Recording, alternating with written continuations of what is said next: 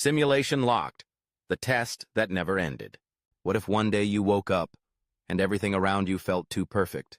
The weather always pleasant, the people always smiling, the streets too clean, the conversations too familiar. What if you couldn't remember what came before that morning, only that something felt off?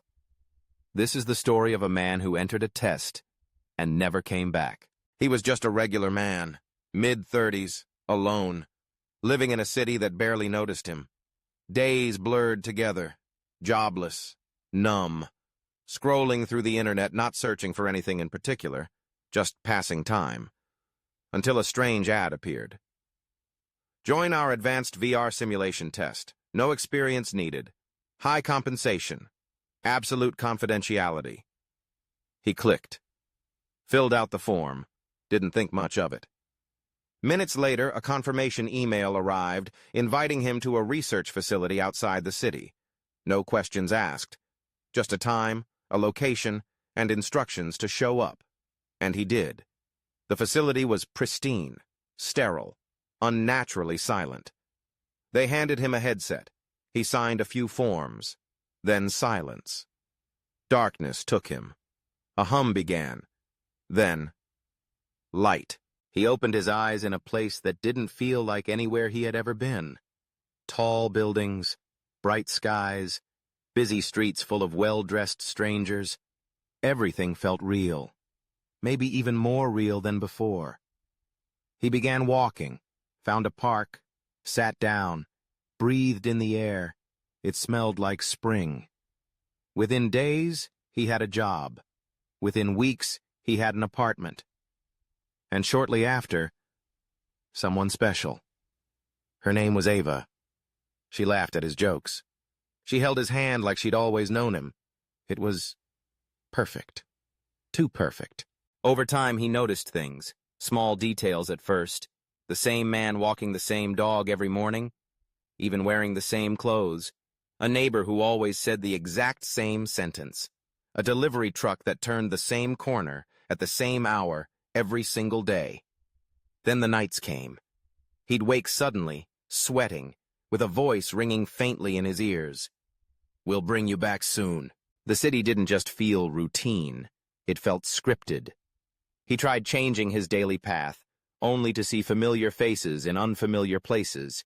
People repeated themselves. Sometimes even reset mid-sentence.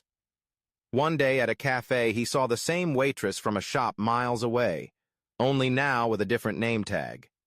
She didn't recognize him. Or maybe she wasn't supposed to. Another day, he looked in a mirror, and the face staring back was older. Not aged, just wrong. The expression was terrified, then static. When the reflection returned, it was normal again. But something in him shifted. He started searching for answers. That's when he noticed a man on the street, mumbling nonsense, or so it seemed. When he leaned in closer, the man whispered, "There is no out." Later, he followed a flickering street lamp into an alley no one else seemed to notice. There, hidden behind trash bins and graffiti, he found a rusted door. Inside, silence, dust, forgotten machines, and files. Lots of files, photos, logs, test results. One folder had his name, or at least his face, stamped across it in red ink. Subject number 193, loop stable, memory erased. That night, the simulation began to collapse. Rain fell in geometric cubes. The sky flickered like a broken screen. People stood still, frozen, mid-conversation. Shadows stretched in the wrong direction. He ran, or tried to. But every street bent in on itself, folding like paper. Signs reappeared, shops looped. Even Ava began saying things that made no sense. He looked into the mirror again. This time, there was nothing. Eventually, he gave up trying to escape. He sat on a bench, watched a bird land and fly away, over and over again. Memories of who he was were gone. His mother's face, the sound of rain, his name. What remained was the loop.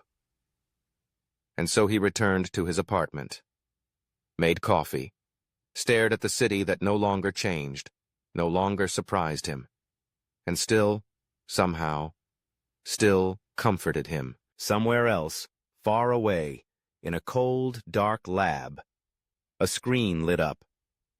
Test subject number 193, active. Emotional anchor achieved. No interference detected. A technician walked by. He's not resisting anymore. Another nodded. Then the simulation is working. Back in the city, the man sits in his favorite cafe, takes a sip of coffee, smiles faintly. The same birds chirp. The same couple walks by. The same sun shines. And the world resets again. Written and narrated for a world where reality is optional. Inspired by questions we all avoid. What is real? What is choice? What happens if we forget who we were? Because sometimes the scariest prison is the one that feels like home.